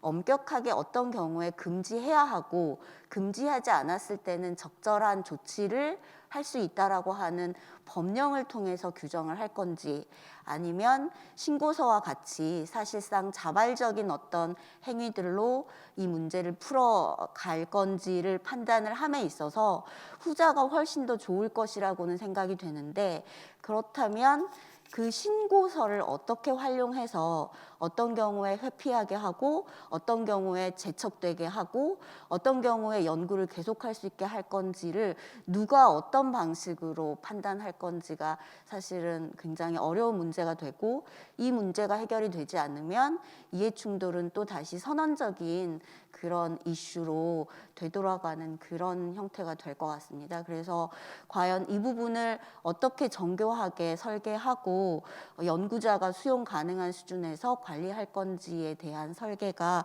더욱 중요할 것이라고 여겨집니다. 그리고 마지막으로 사실은 이 이해충돌이 굉장히 아까 노환진 교수님 말씀 주신 대로 여러 가지 이슈들과 관련이 있는데, 사실상 재산적인 문제에서 가장 크게 문제가 되는 거고, 그 부분은 기술 사업화가 활성화되면서 더욱 부각되는 측면이 있습니다. 근데 사실 기술 사업화가 오늘 이 주제에 있어서는 굉장히 문제가 되는 주제인데, 국가 연구개발 전체를 봤을 때는 모두가 활성화시키기 위해서 노력하는 그런 주제이기도 합니다. 그래서 이 양자 간의 관계를 어떻게 균형 있게 가져가느냐 하는 부분도 법제적으로 굉장히 고민을 해야 될 부분이라고 생각합니다. 이상입니다. 예, 최지선 변호사님, 법으로 밥을 먹고 사신다고 그랬는데 아무래도 하실 일이 꽤 밥 국물 주실 일은 없으실 것 같네요. 많습니다. 지금 말씀하신 대로 이 자발성하고 이걸 규율로 해가지고 컨트롤하는 것하고 둘 사이에 어느 선을 갈 거냐라고 하는 건데 참 쉬운 문제가 아닌 게, 저희가 대학교 옛날에 들어가면은 전부 다 모여가지고 담배를 피워댔거든요. 고등학교 때 피웠던 친구도 피우고 처음 피우는 사람도 다 피워도 되는 걸로 됐으니까. 근데 그때 과연 내가 지금 담배를 피우는 것이 괜찮은지, 아니면 다 피우니까 나도 피운다 이렇게 하는 것인지에 대한 판단은 한참 지나고 나면 어리석게 그렇게 했었다라는 생각이 든단 말이에요. 그래서 이게 지금 우리가 자기 스스로 책임을 지는 그런 식의 스테이지로 올라가고 있는데, 과연 어떻게 할 거냐, 이걸 자발성으로 놔둘 거냐, 아니면 규율로 법이란다든지 뭐 하여간 이런 규정을 통해서 컨트롤할 거냐라고 하는 것은 간단한 문제가 아니고, 아까 우리 노 교수님이 발표하신 대로 몇 년에 걸쳐서 이 트랜지션을 하긴 해야 될 그런 중요한 일입니다. 그래서 지금 이제 어른이 돼가는 과정이니까 어떻게 돼서 제대로 어른이 될 것인가, 이 대학교 1학년 깎아머리가 그냥 담배 뻑뻑 피고 그야말로 뻐끔 담배 핀다고 하는 그런 식의 것이 안 되게 하는 걸 어떻게 할 것인가라고 하는 걸 잘 따져봐야 될 것 같습니다. 예, 이제 우리 한선화 원장님 부탁합니다. 예, 워낙 그 노환진 교수님께서 아주 상세한 부분까지 말씀을 많이 해주셨고요. 또 앞에 패널 세 분께서도 중요한 문제들을 다 짚어주셨습니다. 항상 그 토론할 때 마지막 순서가 되면은 이렇게 할 말이 없어진다는 게 좀 곤란한 점이 되겠는데요. 저는 그래서 이해 충돌에 대해서 조금 다른 관점에서 말씀을 드려보고 싶습니다. 사실 이해 충돌이라는 것이 연구의 전 과정에서 연구의 객관성을 저해하는 모든 행위다라고 아주 쉽게 정의를 한번 해볼 수가 있을 것 같은데요. 여기서 우리가 지금 많은 분들이 집중을 하시는 부분이 단순히 이제 개인적인 일탈로 인한 경제적인 이익이나 개인적인 편익 부분, 이 부분에 굉장히 많은 분들이 집중을 하고 계시는 것 같아요. 그런데 저는 여기에서 한 걸음 더 나아가서 이 이해 충돌이라는 것이 과학적인 진실이 왜곡되고 또 과학의 신뢰성을 훼손하는데 나쁜 영향을 미칠 수가 있다. 그래서 이 부분도 조금 우리가 더 심각하게 들여다봐야 될 것이 아닌가. 연구자들의 입장에서는 그런 문제를 한번 더 강조를 하고 싶습니다. 사실 저는 그 기타 공공기관으로 분류가 되어 있는 정부 출연연구원에서 쭉 근무를 했었고요. 얼마 전까지는 또 국가과학기술연구회에서 근무를 했었기 때문에 이 이해 충돌에서 지금 말씀을 하시고 계시는 재정적인 충돌이나 직무상의 충돌, 또 인적 충돌에 대한 여러 부분들은 이미 그 관련 법이나 연구원 윤리 강령 등에서 제도적으로 상당 부분 관리가 되어 있다는 것을 목격을 하고 있습니다. 관련 법 같은 경우에만 보더라도 부정청탁 및 금품 등 수수의 금지에 관한 법률이 이 공직자의 사적 이해관계에 대한 많은 부분을 커버를 하고 있고요.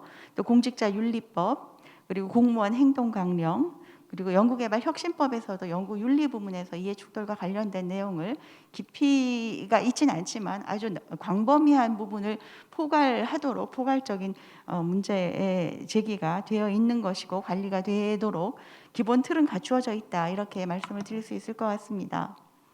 저희 키스티의 사례만 보더라도 지금 이해충돌의 많은 부분이 임직원 행동강령을 통해서 관리가 되고 있습니다. 공정한 직무수행이라든가 부당이득 수수금지, 건전한 공직풍토에 대한 강령 등을 통해서 이해충돌과 관련되는 많은 부분이 관여가 되고 있고요. 또 이 행동 기준을 정리하는 것뿐 아니라 이를 통해서 했을 때, 이해충돌이 발생을 했을 때 징계의 근거가 되기도 합니다. 이 부분이 이제 이권 개입이나 알선 청탁 또는 인사상의 이해충돌은 다루고 있지만 여기서도 하나 비껴져 나가 있는 것이 바로 제가 모두에 말씀드린 것과 같은 연구 결과에 따른 연구의 신뢰성에 대한 이해충돌 부분이 조금 빠져 있는 것 같습니다. 그래서 저희가 이 부분을 조금 더 앞으로 이해충돌과 관련해서는 학계와 연구계가 같이 들여다보아야 될 일이다라고 말씀을 드릴 수 있겠습니다. 국가과학기술연구회 같은 경우에는 25개 출연연을 관리를 하고 있는 기관인데요.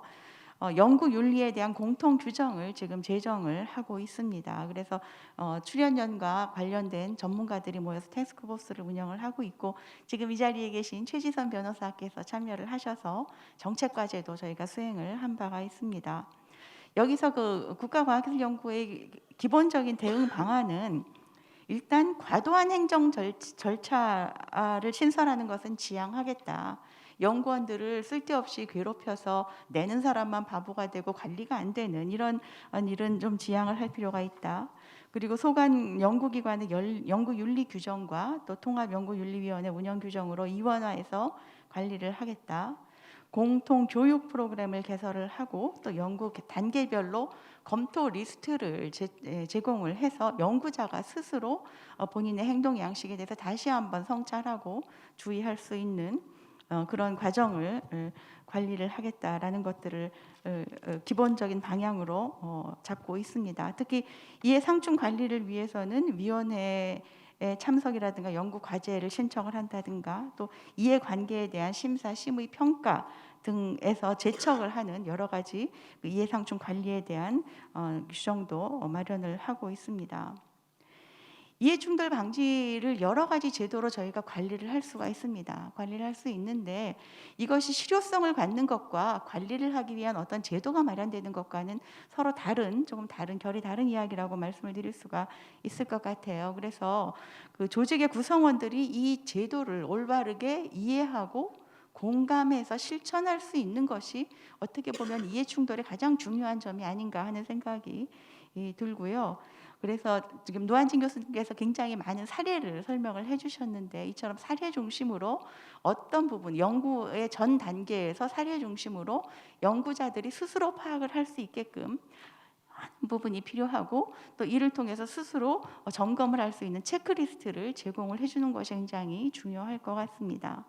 그리고 만약에 이 체크리스트를 본인이 일부러 무시를 했다든가 아니면은 그 과정을 생략했을 때 일이 벌어지면은 제재를 위한 어떤 근거 조항도 필요하다고 봅니다. 그것을 통해서 실효성을 얻을 수 있을 것 같습니다.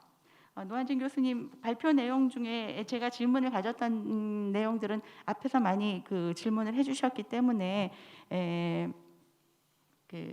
생략하도록 하겠고요. 한 가지만 더 제가 말씀을 드리고 싶은 것은 말씀하신 것처럼 이해 충돌에 대한 것을 본격적으로 우리 연구 현장에 가져오는 것은 어떻게 보면 굉장히 뿌리 깊은 연구 문화를 혁신하는 그런 일이라고 볼 수가 있을 것 같습니다. 저도 사실 큰 관심을 가지고 있지 않다가 이번에 토론에 나오면서 이해 충돌과 관련된 굉장히 많은 자료 내용을 살펴보았는데요. 이런 것까지 이해충돌에 들어가다니 하면서 굉장히 광범위하다는 것에 깜짝 놀랐습니다. 그리고 또 어떤 부분에 있어서는 우리 지금 정부가 추구하는 방식, 또 연구 현장에서 추구하는 방식과 정반대되는 그런 규제 내용들도 있어서 이것들은 어떻게 풀어야 하나 하는 고민도 같이 안게 되었는데요. 말씀대로 이것은 문화를 바꾸는 일이기 때문에 문화를 바꾸는 것은 단시간에 한다고 바뀌지를 않습니다. 긴 호흡을 가지고 가져가야 되는 것은 분명한 일입니다. 그런데 긴 호흡을 가지고 가져간다고 해서 이것은 잘못된 것이지만 오늘까진 봐줄게요, 내년까진 봐줄게요, 이런 식으로 접근을 하면은 안 될 것 같습니다. 그래서 긴 호흡을 가져가되 연도별로 금년까지는 이것은 반드시 지킨다라는 식으로 가져가서 저희가 지금 가지고 있는 가이드라인은 봐줄 수 있는 것이 아니라 꼭 지켜야 되는 것이다라는 그런 기본적인 철학은 잊지 않았으면 좋겠다 하는 생각이 듭니다. 저희가 지금 그 교통법규상에서 황색선이 있는 곳에서는 주차를 하면 안 된다라는 것은 운전 면허를 가지고 있는 모든 분들이 다 알고 계십니다. 그렇지만 이거 지키지 않잖아요. 이거 걸리면은 남들도 다 하는데 나는 재수가 없어서 걸렸다라고 생각을 하는 부분이 사실은 굉장히 많습니다. 그리고 안 지키는 사람이 바보가 되는 그런 일들을 저희가 목도를 하고 있죠. 마찬가지로 이것을 문화를 바꾸는 일이다라고 생각을 한다면은 이것이 있지만 안 지켜도 돼라는 생각을 가지면은 이것은 처음부터 실패하는 것이기 때문에요. 장기적으로 우리가 호흡을 가져간다고 하더라도 이것은 반드시 지킨다라는 어떤 로드맵을 가지고 움직였으면 좋겠다 하는 말씀을 마지막으로 드리면서 토론 마치겠습니다. 감사합니다. 예, 한선아 원장님, 출연연에서 정말 경력을 거의 전 경력을 지금 거치신 셈 아닙니까? 그러다 보니까 기관 차원에서 바뀌는 거, 연구자 개인들 입장에서의 행동이나 이 태도가 바뀌는 거, 그런 것 등등도 계속 목격을 하셨을 텐데 앞으로도 가야 될 길이 꽤 있다라고 하는 걸 다시 한번 느끼시겠다는 그런 말씀인 것 같습니다. 긴 호흡으로 가야 되는데 어떻게 할 것이냐라고 하는 것은 지금 이제 우리가 어른이 돼가는 과정에서 정말로 20년 전에 교통경찰한테 걸렸을 때 우리가 했던 그 태도와 지금 태도는 완전히 다릅니다. 앞으로 10년, 20년 지나고 나는데 어떻게 달라질 것인가에 대한 그림을 잘 그리고 잘 스텝을 밟아 나가야 되리라고 생각합니다. 네 분이 일단 지정 토론을 마치셨는데 시간은 10여 분 정도 남아 있습니다. 그래서 노한진 교수님께서 일단 말씀을 하시고 그리고 네 분들이 조금씩만 말씀을 좀 코멘트를 더 하시면 좋겠습니다. 그러기 전에 사전 질문을 해주신 분이 몇 분 계시는데 그분들의 내용 중에서 제가 소개를 아직 안 해드린 내용이 이 얘기는 조금 답변하기 그럴 것 같습니다만은 이해충돌 유무에 따른 논문 게재 수용에 영향이 있을지요라고 하는 그런 질문이 있는데 이건 어떻게 생각하시는지 한번 할 수 있으면 해주시고 이제 이분은 삼성물산에 계시는 노병돈 전문위원님이신데 저는 개인적으로는 잘 모릅니다만은 이런 질문을 해주셨어요. 연구윤리 문제가 표절이란다든지 연구비 집행 등에 집중되어 있는데 연구 관리 체계에 대한 문제에 관심이 필요하다. 그러면서 선정, 연구 과제의 선정, 연차 평가, 최종 성과물 평가 등이 이게 제대로 공정성과 책임성이 강조돼야 된다라고 그런 얘기를 했습니다. 거기에 대해서도 노 교수님께서 말씀하실 수 있으면 하시고 너무 길게는 마시고 지금 시간이 약 10여 분 남아 있으니까 한 3, 4분 정도 하시면 다른 분들이 하실 수 있는 말씀. 아까 우리 이 교수님은 연구재단에 대한 얘기를 한 말씀 하셔야 될 것 같습니다. 예, 노 교수님 부탁합니다. 예, 또 이제 이거 들어가려면은 철학부터 따져봐야 됩니다. 예를 들면 이제 이런 말씀 있잖아요. 연구 이해의 충돌이 사회 전반에 걸쳐 있는데 왜 또 연구자가 먼저 이런 걸 하느냐 이런 데 대한 질문도 나올 수가 있는데 이렇게 보셔야 됩니다. 연구자란 무엇이냐 또 이거 왜 그 연구윤리가 있느냐 이런 거에 대한 근본적인 답변. 연구윤리 없이 법률로도 가능합니다. 다 관리가 됩니다. 그런데 왜 있느냐 하면은 제일 그 근본적인 것이 연구의 불확실성, 연구의 중요성 이 두 가지입니다. 중요한 연구가 상당히 불확실해요. 그러다 보니까 그 연구자가 그걸 잘 아는 사람들이 그걸 관리를 하시오 하고 기회를 주는 것이 연구윤리라고 보시면 됩니다. 연구윤리에서 합의가 안 되거나 정리가 안 되면 꼭 법정 문제로 가지요. 그거 가면 이렇게 저렇게 간에 판결이 납니다. 그래서 연구윤리라는 연구 공동체에서 연구 내에서 생긴 문제는 연구 공동체가 해결할 수 있도록 규범을 가지는 게 중요하고요. 거기에 참 중요한 것은 연구자가 특혜를 받고 있다는 사실을 항상 인식해야 됩니다. 그 특혜가 뭐냐면은 학문의 자유를 가진다는 거. 우리도 가지지만 사회가 주는 겁니다. 학문의 자유 속에 여러 가지가 있지만은 깊고 긴 호흡으로 사색할 수 있는 여유, 기회 그런 거. 그다음에 그랜트라는 제도. 그것도 아주 큰 특혜라고 평가를 하고 있어요. 우리나라 말로는 출연금입니다. 일반인은 이거 신청할 자격 없어요. 왜 연구자에게 이런 자격을 주느냐? 바로 그런 불확실한 일을 하기 때문에.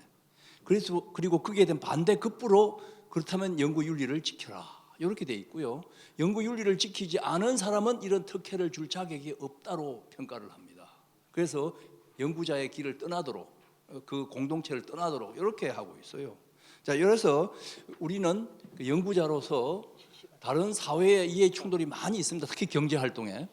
그러나 연구자가 먼저 이해의 충돌 관계를 정리하는 모습을 보여주는 것이 올바른 자세라고 봅니다. 특혜를 받고 있는 사람들의 자세라고 봅니다. 둘째가 규정의 상세함에 대해서 말씀을 드리죠. 이 선언적인 거 이런 것들 어디 가면 참 좋은 말은 다 있어요. 그러나 그것이 상세하지 못하다 보니까 결국은 일이 벌어지고 나서 연구자가 하는 대답은 뭐냐? 아, 그것도 부정이 됩니까? 그럴 줄은 몰랐습니다. 그러면 이런 일이 허다하게 나오는데 이런 일이 안 생기려면은 자세한 규범이 필요합니다. 여러분들이 이 두 가지를 비교해 보시면 좋아요. 미국의 법률과 한국의 법률. 미국의 계약서와 한국의 계약서 많이 다릅니다. 왜 미국은 그렇게 복잡하게 계약서를 만들어 놓고 살까요? 우리는 왜 한두 페이지 부동산 계약서 한두 페이지로서 충분하다고 생각하고 있고 미국은 이게 4페이지, 5페이지를 넘어서 어떤 경우는 책으로 한 건 됩니다. 계약서가. 왜 이렇게 할까요? 요 차이. 공급자 입장, 즉 법을 운행하는 입장에서는 법이 느슨하고 사례를 가지고 판정하는 것이 유리합니다만은 수요자 입장, 을의 입장에서는 계약서가 자세한 것이 좋습니다. 아까 말씀드린 대로 연구자 입장에서는 그게 부정이 되는 줄 몰랐습니다. 이런 말이 안 나오려면은 모범 행동 양식이라도 다 만들어져 있어야 됩니다. 그것이 문자화된 법규 형식으로 되는 것보다는 팔러시 형식으로 되는 경우가 많더라고요. 대학들의 그 규범을 보면은. 그래서 이제 우리도 그런 쪽으로 좀 가야 되지 않느냐. 선언적인 거 다 있습니다. 이해 충돌 규범도 있어요. 그게 지금 제가 발표한 내용하고 비교해 보세요. 얼마나 차이가 많은가. 그리고 이것이 4년에 한 번씩 교육이 되어져 가지고 연구자들이 의무적으로 들어야 된다고 해 보십시오. 그렇다면 아마 그런 말은 안 나오지 않겠느냐 생각이 듭니다. 그런 차이들. 그리고 아까 또 온라인으로 질문이 나왔다는데 그 과제 선정에 대한 윤리 이런 것들도요. 궁극적으로 사람이 하면은 오류가 많이 나옵니다. 자유시장에 맡기자 하는 개념이 아까 그랜트하고 컨트랙트 시장의 차이입니다. 그랜트는 연구자를 키워준다는 의미로 한 10년, 40대 초반 뭐 이렇게 이제 그랜트를 받다가 거기로부터 실력이 인정받고 나면은 컨트랙트 시장에 가서는 수요자가 연구 과제를 주면서 누가 제일 이 문제를 해결할 수 있는가, 누가 제일 가장 잘하겠느냐 이걸 가지고 연구 과제를 주는 그 냉정한 시장에서 이제 과제가 선정될 수 있도록 이렇게 함으로써 이런 윤리 문제가 해결이 될 수 있어야 되는데 40대, 50대가 되어 가지고서도 50대 후반이 되었어도 그랜트로 연구를 한다는 거. 그랜트는 이제 그런 시장이 없는 기초과학은 이제 끝까지 그랜트로 갑니다만은 대개 뭐 의약품이라든지 공산품이라든지 이런 쪽이 다 콘트랙트의 기업 과제 또는 정부에서의 주는 위탁 과제 이런 쪽에서 해결이 되고 있죠. 그래서 우리도 이제 연구 시장 구조를 콘트랙트가 그랜트보다는 10배가 큰 그런 구조로 만들어 갈 때 이제 공정한 시장에서의 경쟁이니까 윤리 문제도 많이 사라지지 않느냐 이런 생각이 들고요. 그래서 근본적인 구조에 대해서 뭐 드릴 말씀이 참 많은데 철학부터 잡아야 된다고 생각을 합니다. 예, 여기까지만 말씀드리죠. 예, 노한진 교수님 하실 말씀을 뭐 1시간이 아니라 앞으로 2시간, 10시간 하시라 그래도 충분히 지금 하실 말씀이 많으실 텐데 방법이 없네요. 시간이 우리가 이제 한 5분 정도밖에 안 남았기 때문에 이은 교수님께 부탁을 드리는데 그 사이에 또 온라인으로 질문을 하신 분이 있는데 사실 이 질문은 여기서 지금 답하기는 정말 쉽지 않은 얘기다 싶은데 이 COI가 국제적인 차원에서 어떻게 되느냐 하는 그런 질문인 셈입니다. 뉴턴 2020이라고 쓰신 분, 그분 말고 일단 우리 질문을 해주신 분들을 간단히라도 언급을 해드려야 될 것 같은데 스태피의 김선우 위원님 그리고 한양대학교의 김효준 교수님께서 질문들을 해주셨습니다. 아까 제가 소개해드린 그런 내용인데 여기 뉴턴 2020이 질문하신 것은 한국에서 국제연구개발협력 사업이 국가적 안보 이해와 상충될 수 있다는 논의가 진행되고 있느냐라고 하는 얘기를 하면서 예로 하버드대학 교수가 얼마 전에 중국의 천인만인계 거기에 인볼브 돼가지고 유죄 판결을 받은 적이 있다. 그런 예가 있다라고 하는 것을 들면서 우리는 그런 문제에 관한 건 어떠냐라고 하는데 이 문제는 간단한 문제가 결코 아닙니다. 거기도 답변을 할 수 있으면 하고 아니면 뭐 다음 기회로 넘기도록 하시죠. 이은 교수님. 예, 지금 질문해 주신 부분에 대해서는 사실은 그 언론에 비춰진 거와 현실하고 다른 부분도 많고 하기 때문에 저희가 여기서 답하는 건 굉장히 부적절하다고 생각하고요. 많은 부분들이 저 재단이 하고 있는 사업하고 관계가 되기 때문에 한 말씀을 드리면은 우리가 굉장히 그 연구 윤리 확립에 대한 굉장히 우려하고 갈 길이 멀다는 얘기를 했지만 사실은 좀 좋은 쪽으로 말씀을 드리면은 연구재단이 지난 10년간 사실 연구재단은 과학재단부터 하면 40년이지만 지난 10년간 굉장히 많은 것이 발전되었고 확립이 되었습니다. 예를 들어서 저희가 평가 심사에서는 그 이해 충돌하는 에 관련된 부분은 상당히 저희가 배제를 많이 했기 때문에 지금은 제가 자신 있게 말씀드릴 수 있는 게 이해 충돌이 있는 부분들은 거의 사라졌다. 그 말씀드릴 수 있고요. 그럼에도 불구하고 참 어려운 부분이 이런 과제 선정은 수월성이 있는 과제를 공정하게 선정을 해야 되는데 이 수월성 있는 과제를 공정하게 선정하면서 그 conflict of interest를 피해가는 게 그렇게 만만한 작업은 아니라는 것을 말씀드리고 싶습니다. 그리고 이제 아까 최지선 변호사님께서도 말씀하셨지만 이런 윤리에 관한 문제가 이걸 하지 말아라, 자수를 해라 뭐 하긴 하지만 그것이 잘못됐을 때 우리가 어떤 제재를 가할 수 있는 거냐는 거는 상당히 이제 그 제한적입니다. 그 재단에서는 과제 수행을 못하게 하는 정도 뭐 이런 거 외에는 할 수가 없기 때문에 그 어떻게 보면 국민들이 기대하는 수준의 제재는 저희가 할 수도 없고 이게 윤리의 문제를 가지고 그 국민들이 생각하는 법에서 다뤄야 될 것까지 그 제재를 가한다는 건 굉장히 어려운 부분인 것 같습니다. 뭐 그 이외에도 연구의 진실성에 관련된 부분 등에 대한 얘기들도 굉장히 많지만 이상 말을 줄이고요. 한 가지만 덧붙이면 아까 한선아 박사님께서 말씀하셨던 이 연구윤리 관리가 조직 내에서는 굉장히 쉬운데 저희 이제 연구자들은 대학에 다 퍼져 있고 대학이 이걸 제대로 관리를 못 해주면 재단이 관리를 하기를 기대하는데 재단 조직하에 연구자들이 다 들어있는 게 아니다 보니까 그 관리에 한계가 있다는 부분을 말씀드리고 그걸 위해서는 아까 말씀드렸던 것처럼 그 각 연구기관의 그 책무성에 대한 부분들을 좀 많이 챙겨야 될 거라고 생각합니다. 이 교수님 고맙습니다. 시간이 거의 다 됐기 때문에 혹시 저 토론자 세 분 중에서 말씀하실 게 있으시면 20초 정도 우리 엄 교수님 부탁합니다. 교수는 마이크 잡으면 말이 많아지는 분인데 20초 안에 되는지 모르겠습니다. 이제 그 중요한 얘기가인데 아까 최 변호사님 얘기하는데 그 자율성 얘기가 있는데 지금 연구 윤리에 그걸 보게 되면 자칫 잘못하면 연구자 개인의 일탈로 인해서 모든 책임을 연구자에게 돌리려고 하는 그런 가다 잘못하면 그런 이제 일이 벌어질 수 있어서 그걸 피해야 된다는 걸 전적으로 동의를 하는 것이고요. COI에 해당되는 의심이 있다고 해서 이것이 전부 다 나쁜 것이다라고 생각하는 그 개념도 사실은 잘못된 거라고 생각을 합니다.